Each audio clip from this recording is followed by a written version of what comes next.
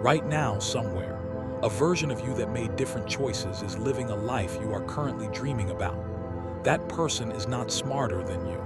They are not luckier than you. They simply stopped lying to themselves about tomorrow.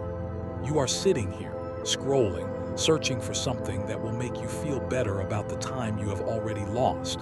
And that is the greatest tragedy of the human condition. We do not recognize the cost of a wasted hour until we are forced to pay for it with a year of regret. The seconds are bleeding off the clock and you can feel it, can't you? That low, humming anxiety that sits in your chest when the sun goes down and you realize you haven't moved the needle forward an inch. You tell yourself you will start on Monday. You will start on the 1st of the month. You will start when the circumstances are perfect, when the fear subsides, when the chaos calms down. But the chaos never calms down. The river of distraction is fed by an unending flood of algorithms designed by the smartest engineers on the planet specifically to hijack your focus and sell it to the highest bidder. You are not resting, you are rusting. You are not preparing, you are decaying. Every single moment you spend in a state of passive consumption rather than active creation is a vote you cast against your own future. This isn't about productivity guilt. This is about the suffocating weight of potential that will never see the light of day. This is about the book you never wrote, the business you never launched, the body you never sculpted, the language you never learned, the parent you never truly listened to before they were gone.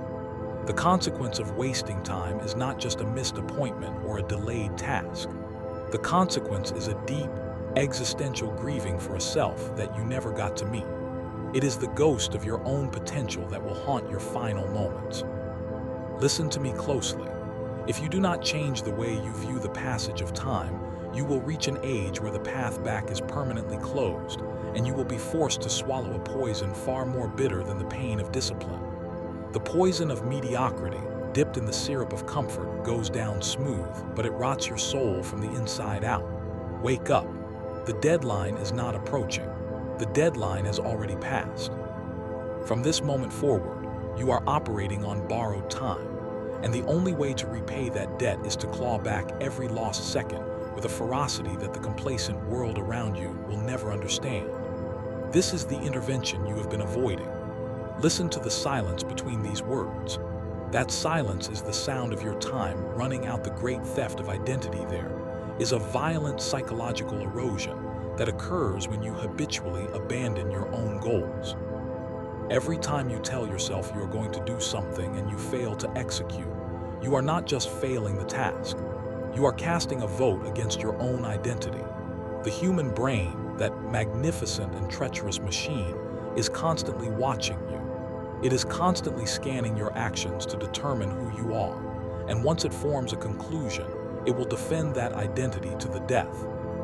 If you spend your days consuming trash, avoiding friction, and seeking the path of least resistance, your brain logs that data and forms a brutal conclusion.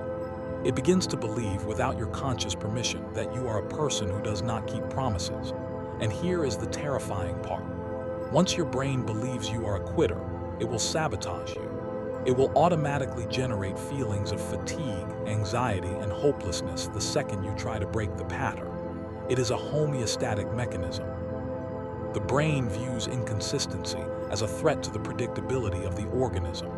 If you have spent 3 years convincing your brain that you are a spectator, the moment you try to become a player, your own neurology will revolt against you. This is why change feels like drowning at first. This is why the first 5 minutes of a workout feel like a funeral. It is not just laziness. It is an identity war raging in the neural pathways of your frontal cortex. Understanding this neural hypocrisy is the first step toward genuine revolution. The brain does not process time logically, it processes it emotionally. When you waste an hour on your phone, the amygdala does not sound a klaxon alarm. It is perfectly content because the activity is safe, predictable, and low in metabolic cost. The brain is a survival machine, not a fulfillment machine. It will always choose known misery over unknown success unless you stage a coup. You have to realize that the comfort you feel when you procrastinate is simply the death grip of your current identity refusing to let go. That comfort is a liar. It is the warden of a prison where you are both the inmate and the guard. Every time you hit snooze, you are deepening the neural groove that says, I am someone who avoids discomfort. Every time you open a social media app before your feet even touch the floor, you are sculpting a neural superhighway dedicated to distraction. We call it wasting time, but the clinical reality is far more sinister. You are actively dismantling your capacity for sustained attention. You are surgically removing your own ambition with the scalpel of cheap dopamine. The neuroscientific principle of synaptic pruning is at play here, and it is ruthless. The brain acts like a garden. It strengthens the pathways that are used and ruthlessly demolishes the pathways that are neglected. Every day you spend scrolling through the highlight reels of strangers, the neural circuits responsible for deep work, creative ideation, and strategic thinking begin to wither away. They are pruned like dead branches on a tree. You are not staying the same. You are getting dumber. You are becoming less capable of processing complexity. You are trading the profound richness of a focused life for the empty calories of infinite scrolling, and you are doing it at a time in history when focus is the rarest and most valuable currency on the market. The people who can still think deeply are becoming the ruling class, while the people who have outsourced their attention spans are becoming the livestock. You do not just lose the time you spent staring at the screen. You lose the compounding returns that those minutes would have generated if they had been invested. You lose the synaptic connections that would have made you sharper tomorrow. You are not just broke on time. You are accumulating a cognitive debt that will take years of excruciating rewiring to repay. The mirror is not your friend during this phase of the script. The mirror is a truth teller that most people avoid. When you waste time, you engage in strategic avoidance of reflective surfaces, both literal and metaphorical. You blur your environment so you don't have to see the physical manifestations of your neglect, but the body keeps the score. The hunch in your shoulders, the deadness in your eyes, the shallowness of your breath, these are physiological signatures of a life deferred.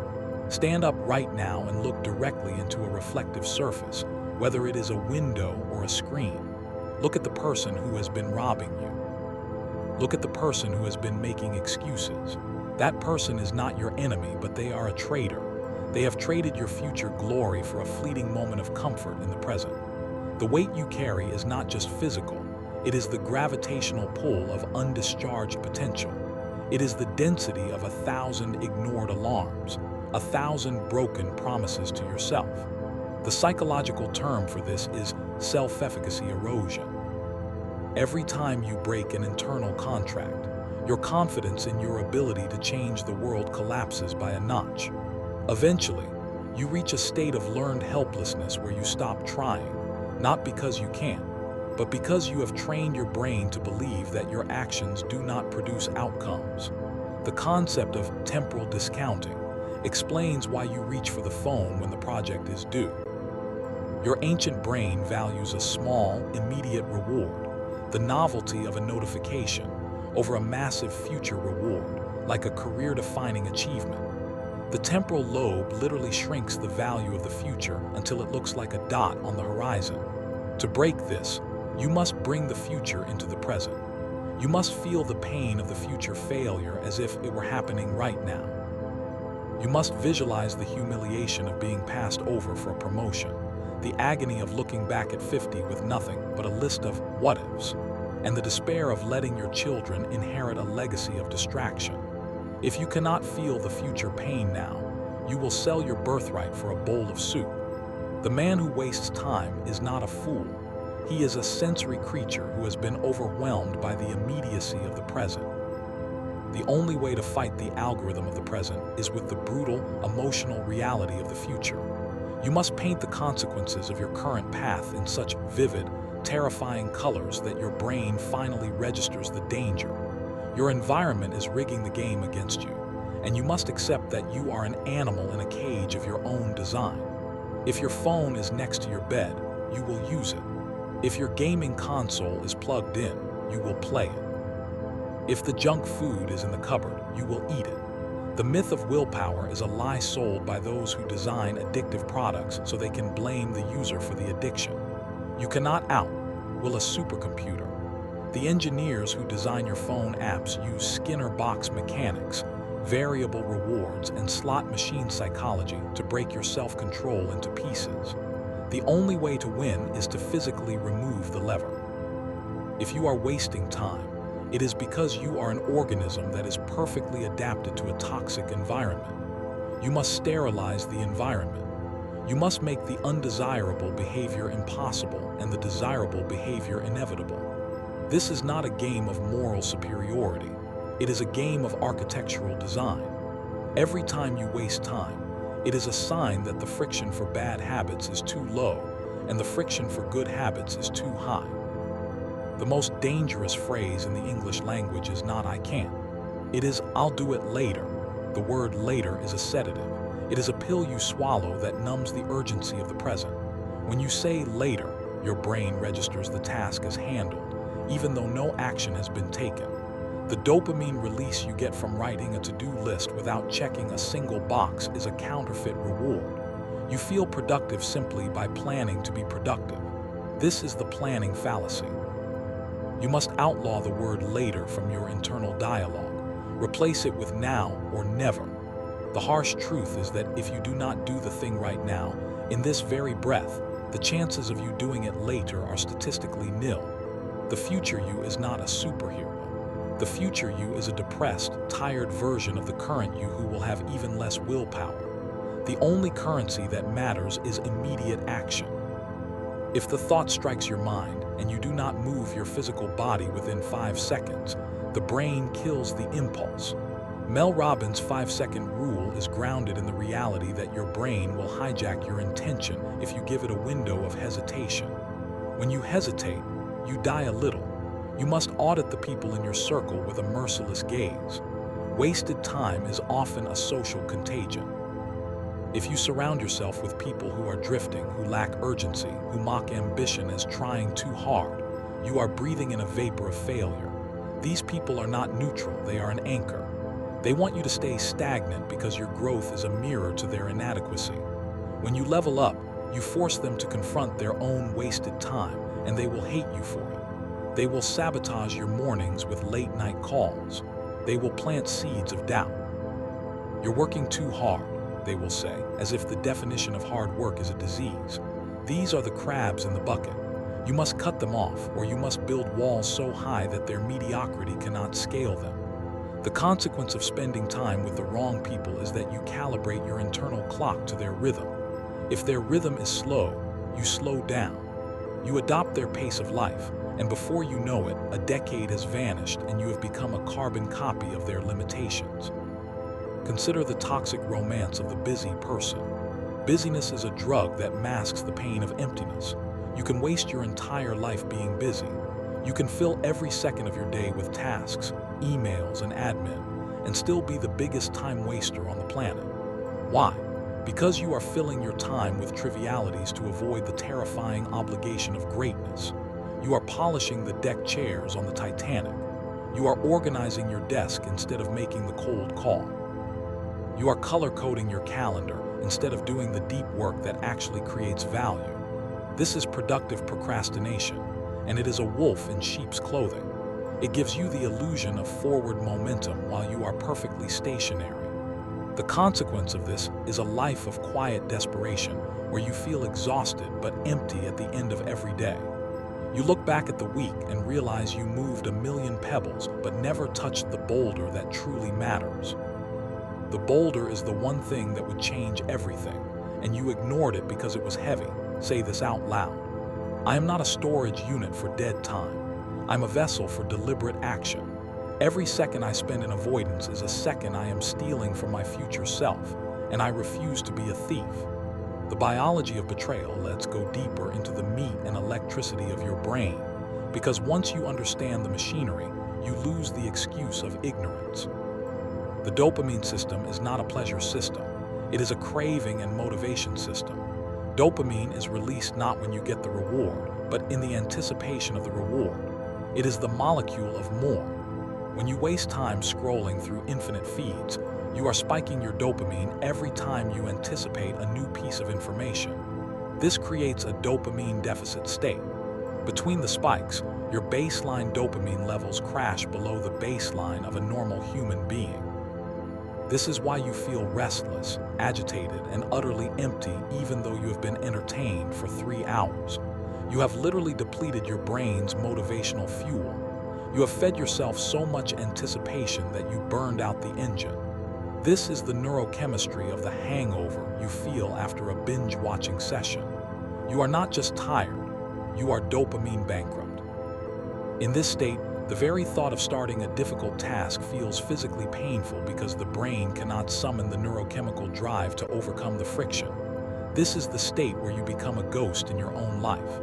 You walk through the rooms of your house, picking up your phone, putting it down, opening the fridge, closing it, looking out the window, sitting on the sofa, and doing absolutely nothing.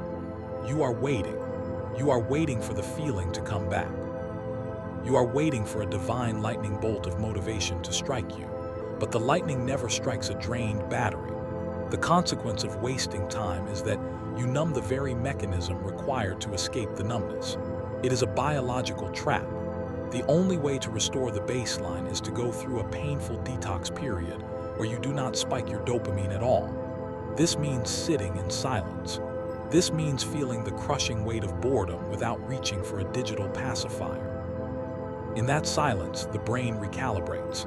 The things that used to seem boring, like reading a book or organizing your schedule, suddenly start to look interesting again. But most people never survive this detox. They never survive the 30 minutes of void that separate the junkie from the free man. They run back to the noise, and they die a little more. The amygdala, that almond-shaped fear center, plays a brutal trick on you when it comes to ambition.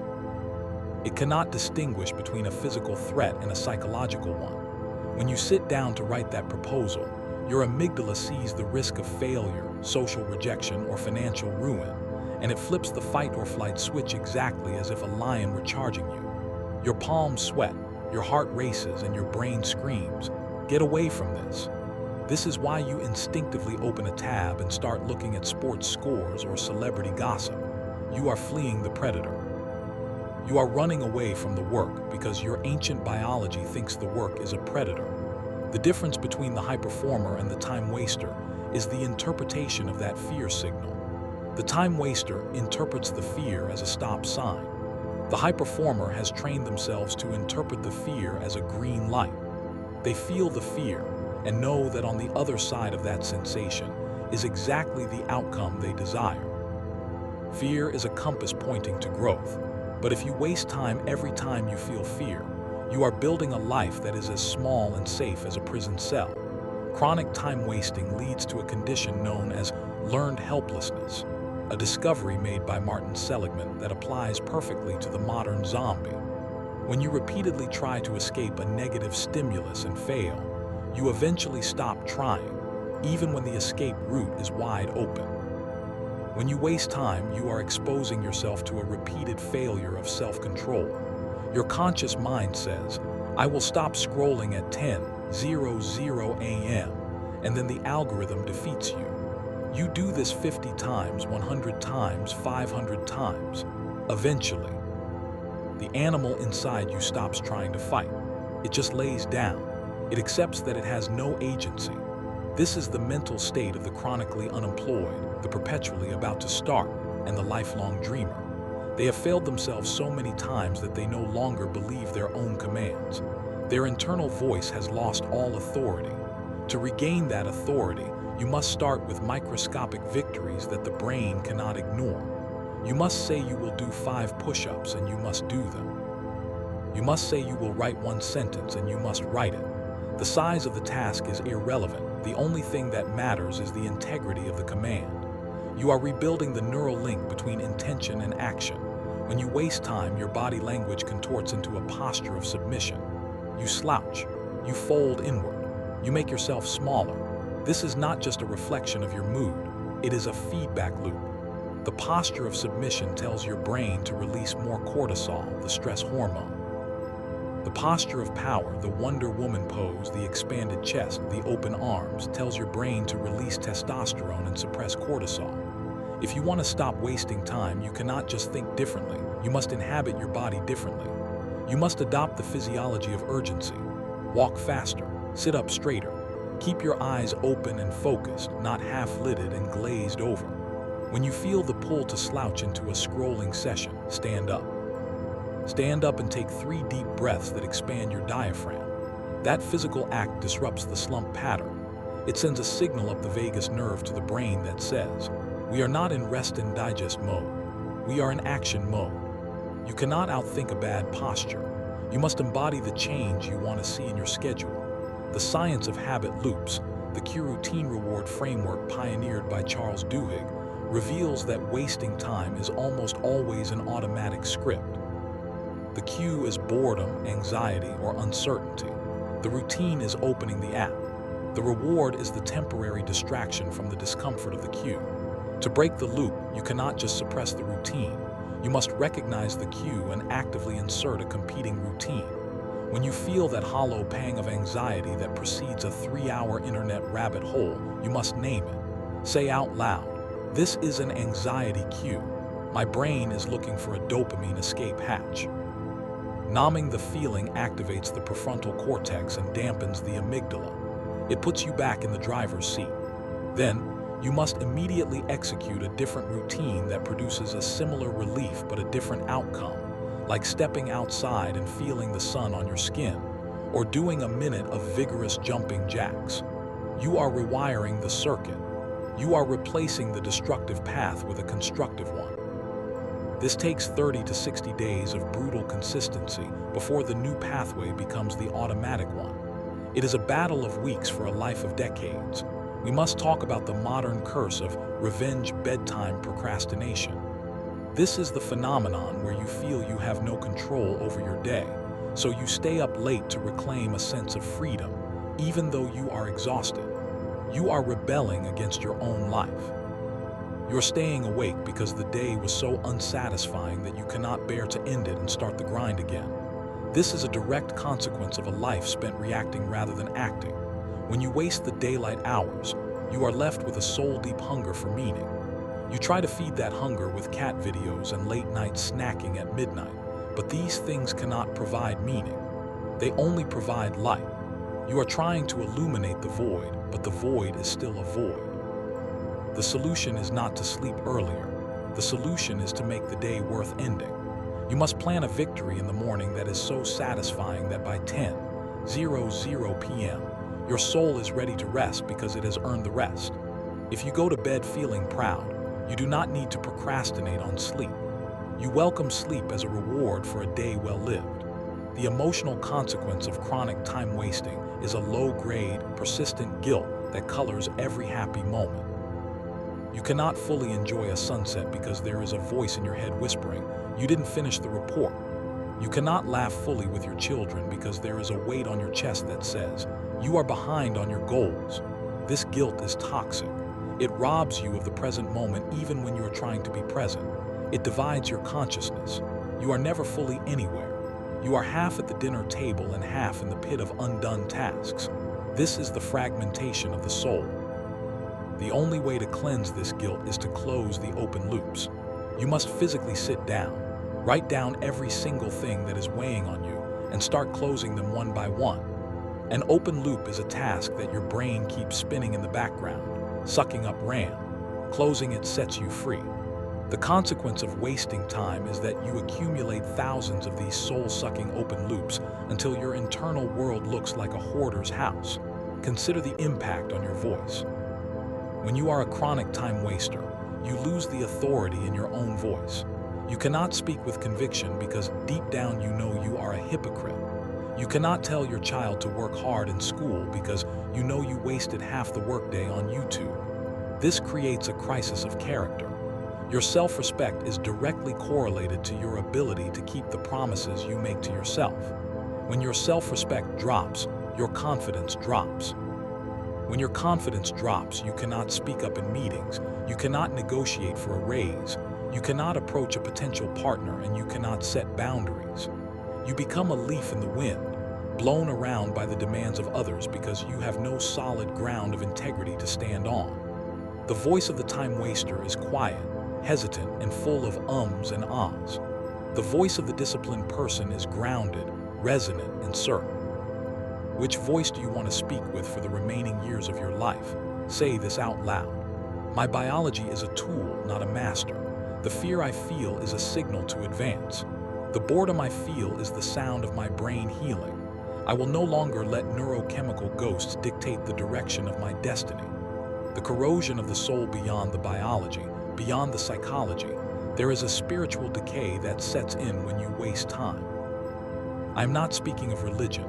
I am speaking of the essence of the life force that animates you. The spirit, the will, the elan vital, that fire that makes you want to conquer, to create, to love. That fire burns low when you starve it of purpose. A life of wasted time is a life of a slow, weeping extinction of the spirit. You are not just killing minutes. You are committing a slow suicide of the soul. The worst part is that you do it with a smile, or at least a blank stare.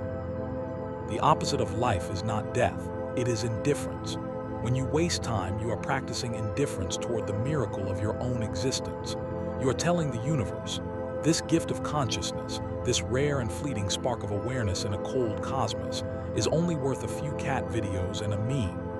This spiritual corrosion manifests as a loss of curiosity. Children are learning machines because they are on fire with curiosity. They want to touch, taste, and understand everything. When you waste time, you murder your inner child. You replace the urge to explore with the urge to escape. The adult who wastes time is deeply bored, but not because there is nothing to do. They are bored because they have lost the capacity to be fascinated by complexity. They need the bright lights and loud noises of the algorithm because their inner world has become a dark, silent cave. The recovery of the spirit begins with recovering the ability to sit with one single object of focus, a book, a painting, a piece of code, and squeeze every drop of juice out of it. It is about moving from the superficial to the deep. The surface is full of noise and emptiness. The deep is silent and full of meaning. The time waster lives on the surface, tossed around like a little boat. The master of time dives deep, anchored to the bedrock of reality. The lies you tell yourself become the scaffolding of your identity, and that is a shaky structure to live in. I work better under pressure, you say. No, you don't. You produce something under pressure because the terror of total humiliation is the only force strong enough to break through the sludge of your procrastination. But the quality of that work is always a fraction of what it could have been. I need a break, you say, after doing absolutely nothing. You need a break from what? The exhaustion you feel is not from overwork. It is from the friction of fighting your own mind all day. It is the exhaustion of indecision. It is the fatigue of holding a spring tightly coiled, never releasing it into action. The truth is, you are not tired because you did too much. You are tired because you did too little. Action produces energy. Inaction produces atrophy. The soul thrives on friction and challenge. When you remove all challenge, you flatten the soul. We must talk about the someday list. This is the most dangerous document in your mental filing cabinet. The someday list contains all the things you plan to do when you have time. The trips, the books, the apologies, the reconciliations, the side hustle. But time is not a bank account that you can save up. Time is a river and it is flowing past you. If you do not reach down and grab the things that matter, they will float away forever. The consequence of wasting time is that someday becomes never. And never is a cold, hard word. You will never learn to play the guitar. You will never have that conversation with your father. You will never see the pyramids. The door simply closes. The physical death is the final closing of the door, but the spiritual death is the closing of the door while you are still breathing. The time waster is a walking mausoleum of dead possibilities. They walk around with the corpses of their dreams trailing behind them like cans on a wedding car. How do you rebuild a broken spirit? Through sacrifice. The human spirit is not restored by adding more pleasure. It is restored by adding more meaning, and meaning is almost always found on the other side of voluntary suffering. You must suffer the boredom of solitude. You must suffer the burn of the workout. You must suffer the frustration of deep focus. You must suffer the rejection of the cold call. When you do these things willingly, you are sending a message to the deepest part of your being that you are not a slave to comfort. You are a master of self. This is an ancient, almost tribal ritual of manhood and womanhood. If you cannot delay gratification, you remain a child. A child grabs the marshmallow. The adult looks at the marshmallow and sees the factory that produces them. The consequence of wasting time is that you never cross that bridge. You remain an emotional infant, dependent on immediate stimulation, unable to build, unable to love, unable to defend. The contamination of relationships is inevitable. A person who wastes time becomes an energy vampire. They are constantly looking for stimulation because they cannot generate it internally. They drain their partners. They distract their friends. They are present in body but absent in spirit. When you are with a time waster, you feel an eerie sense of loneliness. You are talking, but they are looking at their phone. You are sharing a meal, but the television is blaring. They cannot be alone with you in the silence because the silence forces them to confront their own barrenness. If you want to repair your relationships, you must first repair your relationship with time. You must become a person who is capable of presence. Presence means you are a source of energy, not a sinkhole for it. When you sit with someone, you give them the gift of your undivided attention. That gift is rarer than diamonds in the modern world. There is a phenomenon called the bitterness of the unlaunched. This is the dark, bitter energy that middle-aged and elderly people carry when they feel the window of life has closed and they never muster the courage to jump. They become critical. They become cynical. They mock the young who try. They dismiss innovation. This bitterness is the final, terminal stage of wasted time. It is the soul turning to vinegar. To avoid this fate, you must launch. You must launch before you are ready. You must launch when you are terrified. You must launch so that when you are old, the muscles of your psyche are warm and loose, not cold and locked in a rigor mortis of regret. The only cure for the corrosion of the soul is the forward-moving momentum of creation. You must build something. It does not matter what it is. Build a business, build a book, build a garden, build a healthy body. The act of creation is the exact opposite of wasting time. Wasting time is consumption without digestion. Creation is the digestion of life into something new. The voice in your head that says, "It's too late," is the most poisonous serpent in the garden. It is a lie designed to keep you comfortable. As long as there is breath in your lungs, there is a revolution possible. The neuroplasticity of the brain means that until you are dead, you can change. But you cannot wait for the feeling to change. You must act while the serpent is still screaming in your ear. You must look at that voice and say, "I hear you, but I am driving now." The consequence of not doing this is a slow slide into irrelevance. You wake up at 50, 60, 70, and you are a relic. You do not understand the technology, you do not understand the culture, and you do not understand the new rules of the game. You have been sleepwalking through the revolution of the world, and now you are lost. The only way to stay alive is to stay learning. The time waster stops learning the moment the diploma is handed over. The master of time knows that the diploma is just a receipt, and the learning has only just begun. Say this out loud. My spirit is not for sale. I will not trade the fire of my soul for the cold ash of empty distraction. I am building a monument of meaning, one focused hour at a time, and I will not rest until my legacy is secure. The tectonic shift.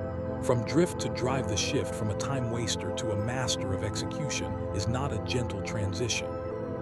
It is a violent tectonic rupture. It is the breaking of an old continent and the rising of a new one. This shift does not happen tomorrow. It happens in the middle of a Tuesday afternoon when you are about to reach for your phone and you freeze.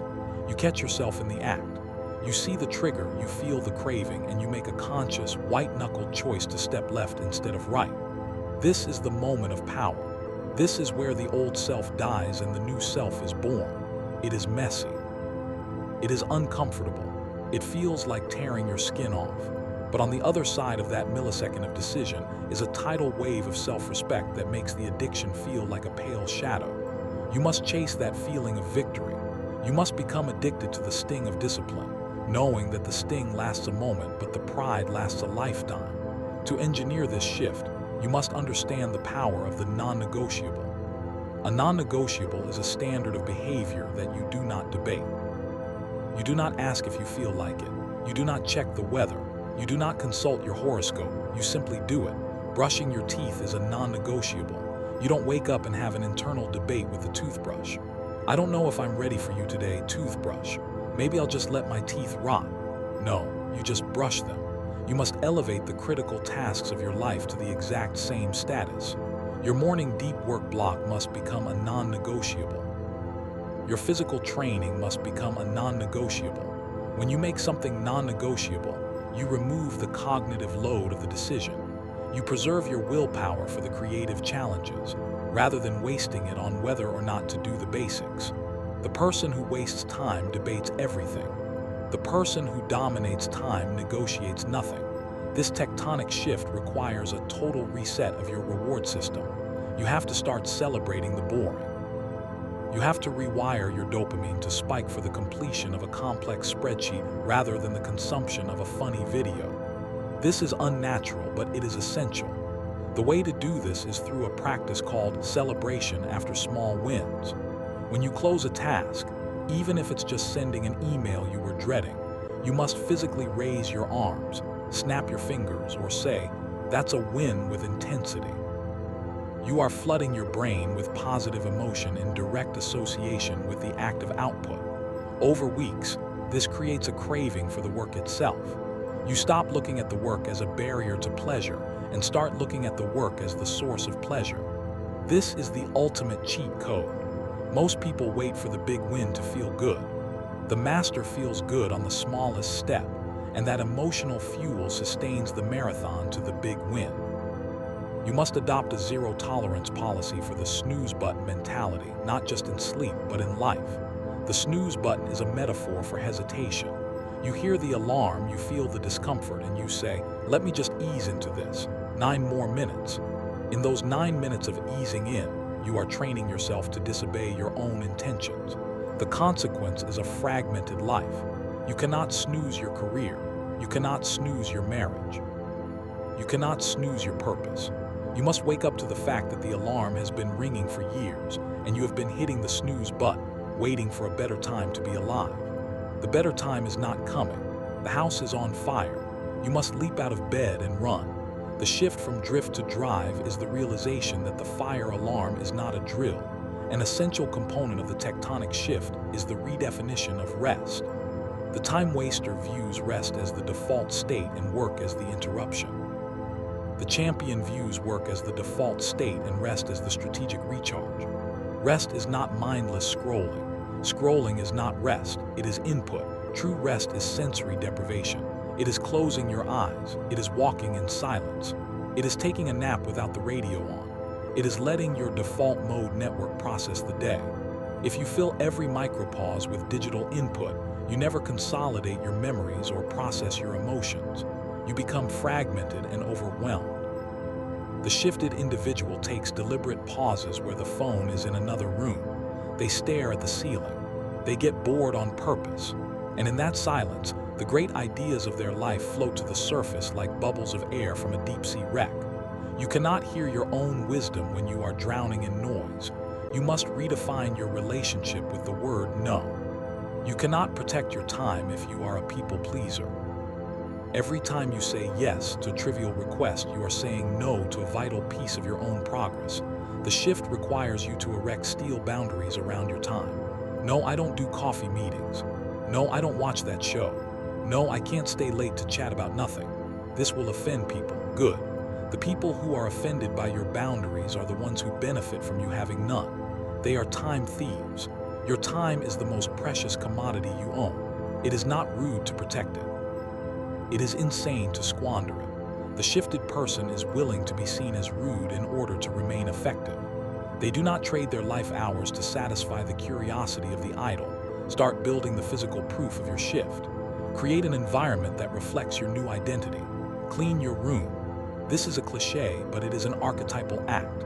The act of imposing order on a physical space is a dry run for imposing order on your brain. Sell the clutter. Throw away the junk. Organize the cables. Make your bed with hospital corners. This is not about being a neat freak. This is about sending a signal to your subconscious that you are a person who maintains order. When you live in chaos, your mind is chaotic.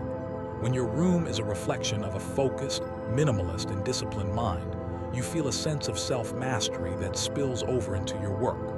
If you cannot control the surface of your desk, you cannot control the depths of a business negotiation. The environment is the nudge.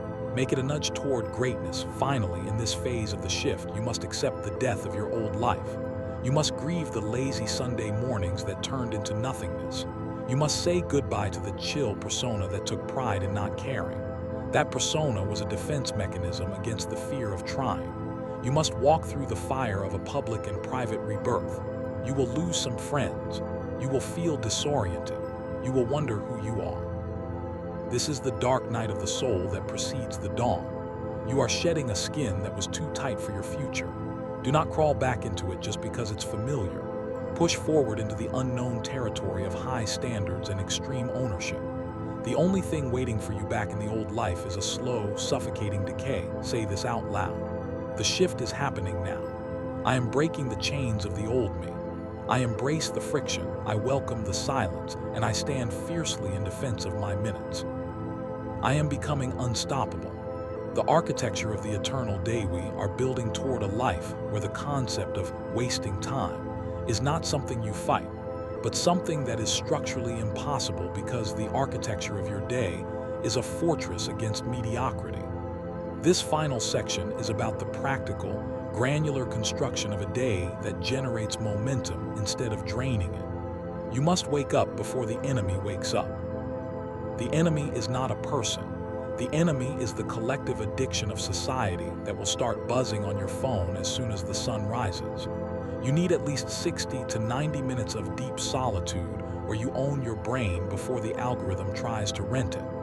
This morning period is sacrosanct. You do not touch your phone in this period. You touch your ceiling, you stretch, you hydrate, you stare at the sunrise, you write in a journal, and you start the engine of your brain with a steering wheel, not a remote control. If you start your day as a consumer, you will remain a consumer for the rest of the day. If you start your day as a creator, you will die a creator.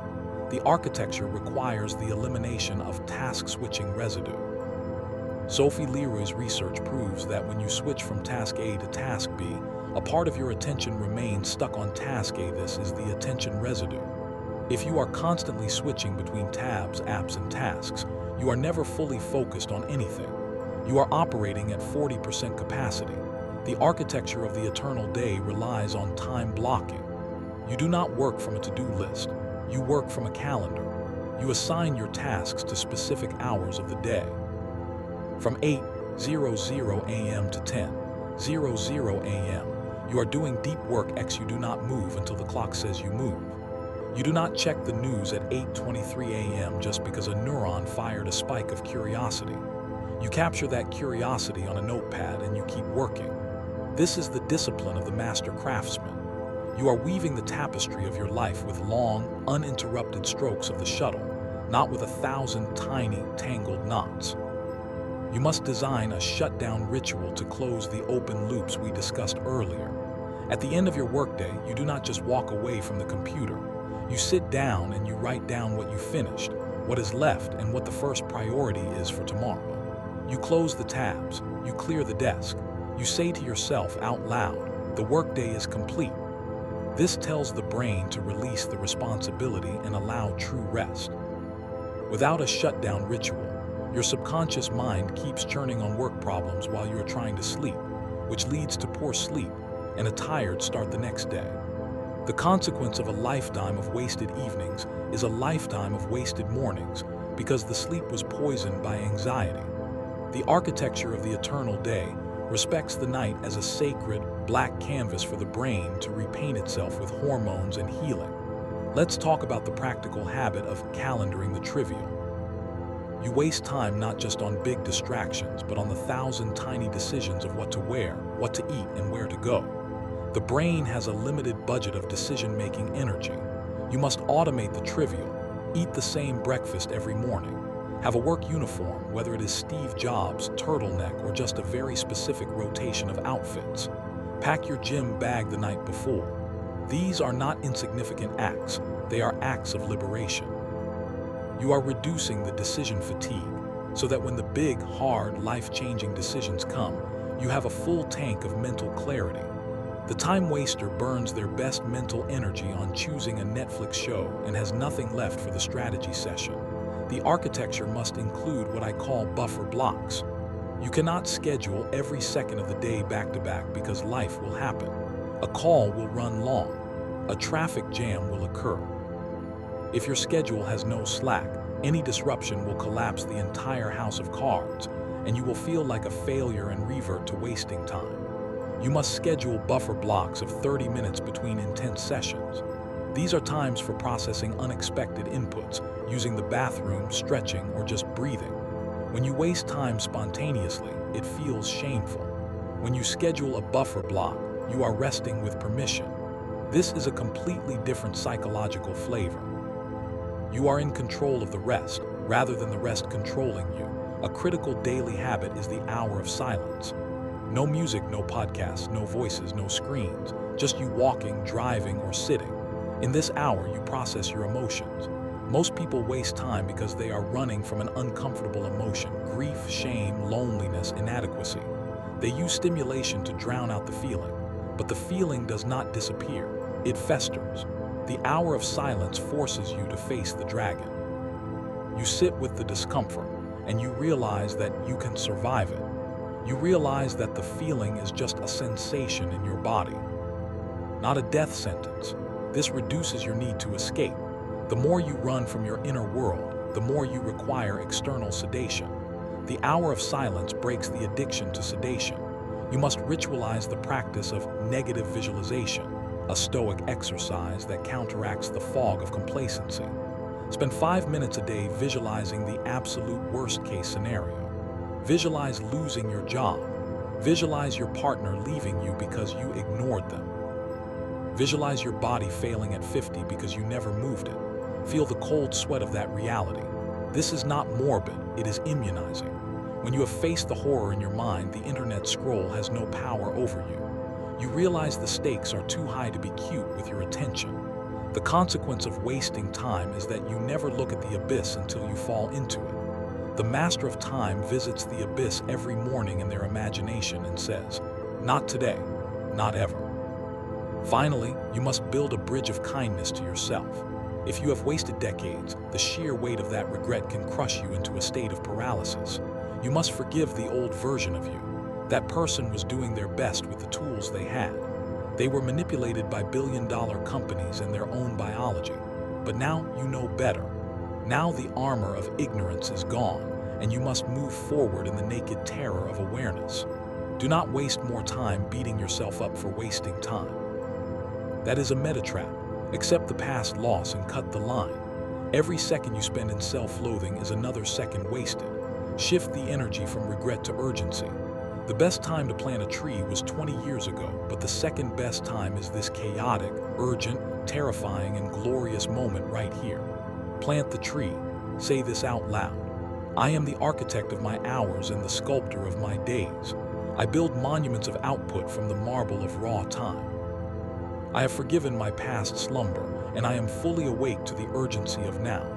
This is my life, and I am seizing it.